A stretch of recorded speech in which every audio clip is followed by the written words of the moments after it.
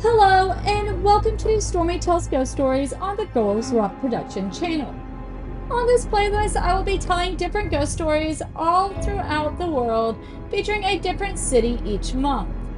This month, we will be featuring St. Augustine, Florida in the United States. Now, St. Augustine is the oldest town in the United States. It was founded in 1545 and has a long history, so it can only be assumed that it has its fair share of ghosts. In this month's video, I will be telling you the best ghost stories coming out of this charming little town, where you can also visit the Fountain of Youth.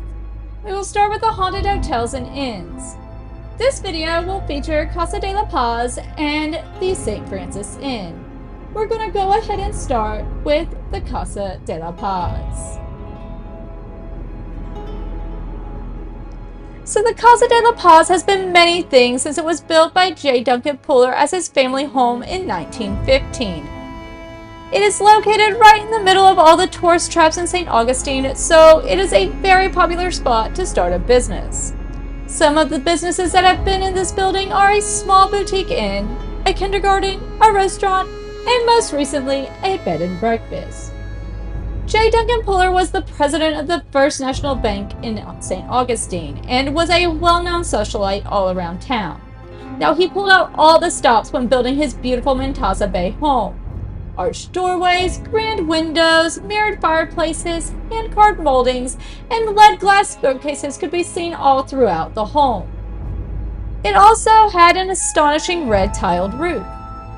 Our ghost story begins in the 1920s when Mr. Puller invited a close cousin of his, Miss Mabel, from up north.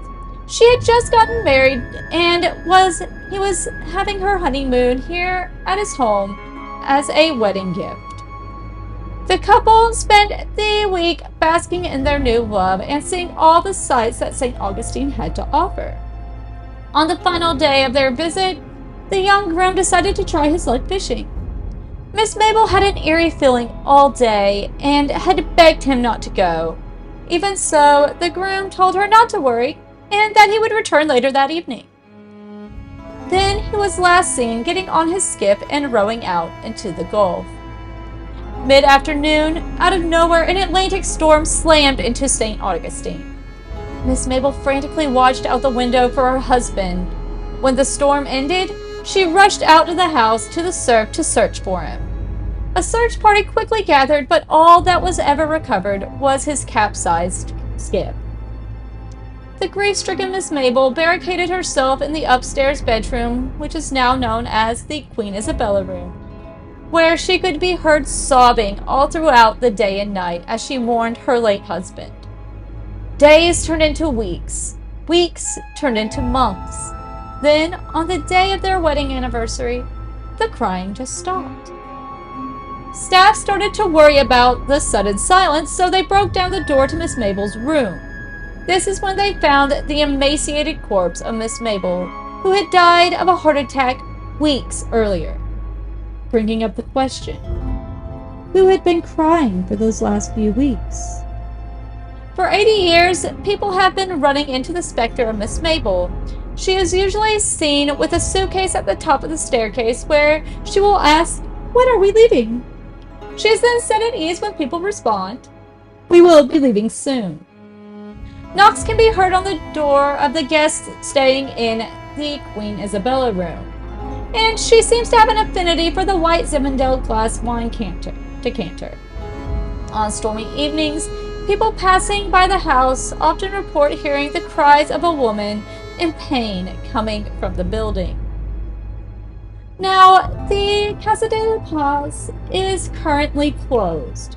The influx of days inns and other chain hotels put the bed and breakfast out of business.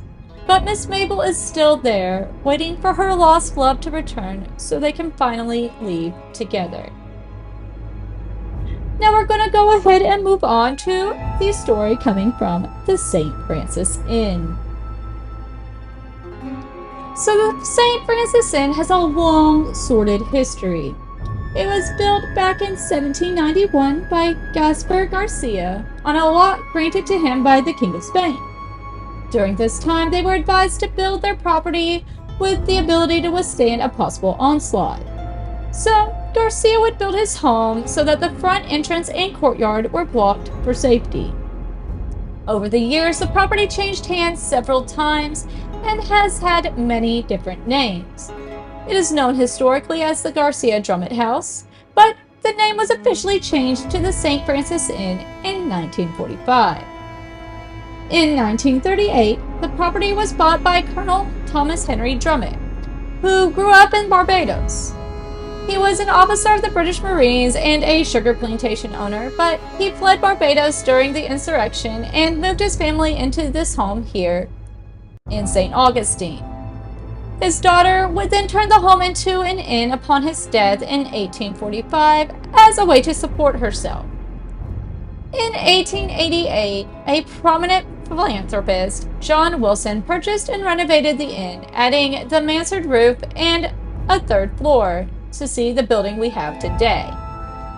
Now, our ghost story begins in the 1800s when a young British soldier staying on the property fell in love with a beautiful slave girl from Barbados named Lily. They carried out their secret affair in various rooms all throughout the home, but most of their rendezvous were in a room on the third floor known as Lily's room. They were eventually caught by the young man's strict uncle, Major William Hardy. He demanded his nephew to leave the room and then took his anger out on the poor young slave.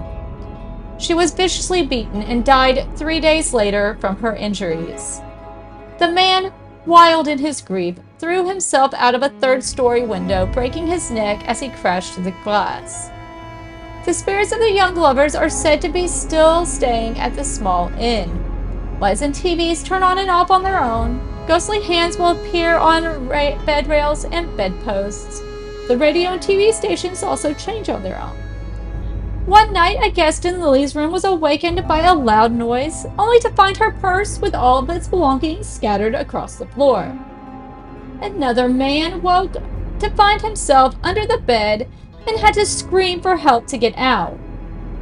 And then a young bride was awoken by a passionate kiss, only to find that her husband was still asleep in the bed next to her. Many stories have come out of the St. Francis Inn that is still open as a small bed and breakfast today. The current innkeepers embrace the spirits since they don't cause any real harm, they just play pranks on the staff and guests. That's it for this week's videos. I hope you enjoyed these little ghost stories, and we'll sure to tune in next Tuesday for the next 2 stories coming out of St. Augustine. Have a great rest of your day.